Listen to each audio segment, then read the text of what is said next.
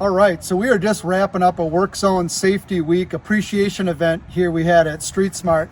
We had about 60 people show up, probably representing about 20 or 25 different states, cities, and counties, and then local private businesses, all talking about Work Zone safety.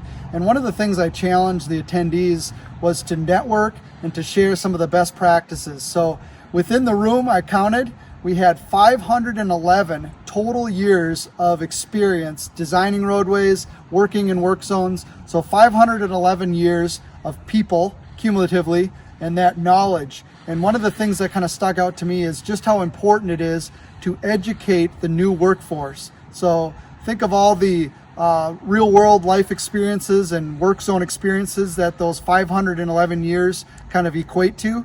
Making sure that your newer employees hear that safety information over and over again. You know, we went through some of the solutions we provide with our portable traffic signals, the ability to change a message on a message board. I can't tell you how many people I still hear are traveling 1, 2, 3 hours to a message board just to change that sign. You can do that from your couch using the Street Smart software. So no matter where you are nationwide, we rent this equipment. So if we haven't worked with you, we want to.